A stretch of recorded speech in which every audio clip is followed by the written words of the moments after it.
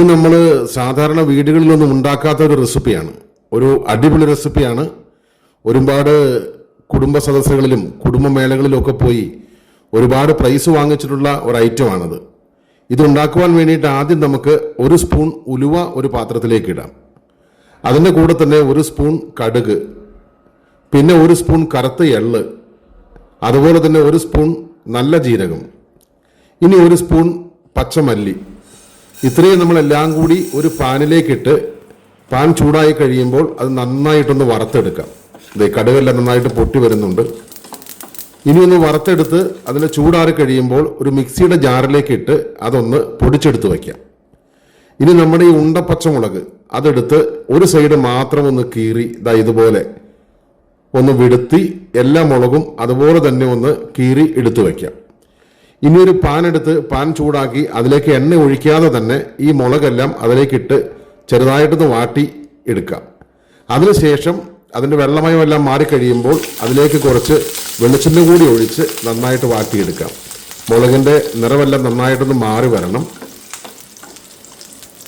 മുളകിൻ്റെ നിറമെല്ലാം മാറി നന്നായിട്ട് വന്നു കഴിയുമ്പോൾ അതിലേക്ക് ഒരു സ്പൂൺ ഉപ്പ് ചേർത്ത് കൊടുക്കാം. അതിൻ്റെ കൂടെ തന്നെ ഒരു കുറച്ച് മഞ്ഞൾപ്പൊടി കൂടി ചേർത്ത് കൊടുക്കാം.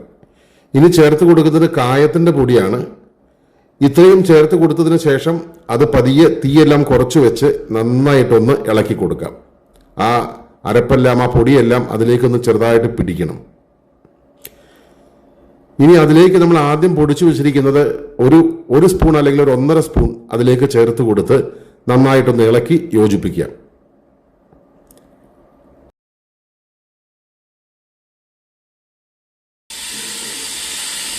ഈ വാളംപുളി പിഴിഞ്ഞ് വെള്ളം കൂടി അതിലേക്ക് ചേർത്ത് കൊടുത്ത് നന്നായിട്ടൊന്ന് ഇളക്കി തീയൊക്കെ കുറച്ച് വെച്ച് ആ അരപ്പും ആ വെള്ളവും എല്ലാം ആ മുളകിലേക്കൊന്ന് പിടിക്കാൻ പാകത്തിന് ഒന്ന് അടച്ചു വെച്ച് വേവിച്ചാലും കുഴപ്പമില്ല. അതിൻ്റെ കൂടെ കുറച്ച് ശർക്കര കൂടി ചേർത്ത് കൊടുക്കാം, ആ പുളിയെല്ലാം ഒന്ന് ബാലൻസ് ആവാൻ വേണ്ടി. ഇത് വെള്ളമെല്ലാം ചെറുതായിട്ടൊന്ന് വറ്റി വന്നു തുടങ്ങി, എല്ലാം ആ മുളകിലേക്കൊക്കെ പതിയെ പിടിച്ചു തുടങ്ങി. ചെറുതായിട്ട് ഇടയ്ക്ക് ഇങ്ങനെ ഇളക്കി കൊടുത്തുകൊണ്ടിരിക്കുക. വെള്ളമെല്ലാം വറ്റി. ഇനി നമുക്ക് ചോറെടുത്ത് അതിൻ്റെ സൈഡിലേക്ക് ഇത് വെച്ച് കൊടുത്താൽ ഇതിൻ്റെ അടിപൊളി ടേസ്റ്റാണ്.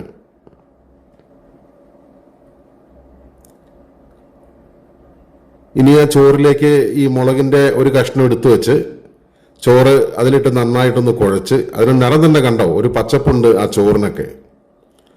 നന്നായിട്ടൊന്ന് കുഴച്ച് അതിങ്ങനെ എടുത്ത് വായിലേക്ക് വെച്ച് കഴിച്ചാലുണ്ടല്ലോ, ആ കഴിപ്പ് നോക്കി, വാവ്, സംഭവം അടിപൊളിയാട്ടോ.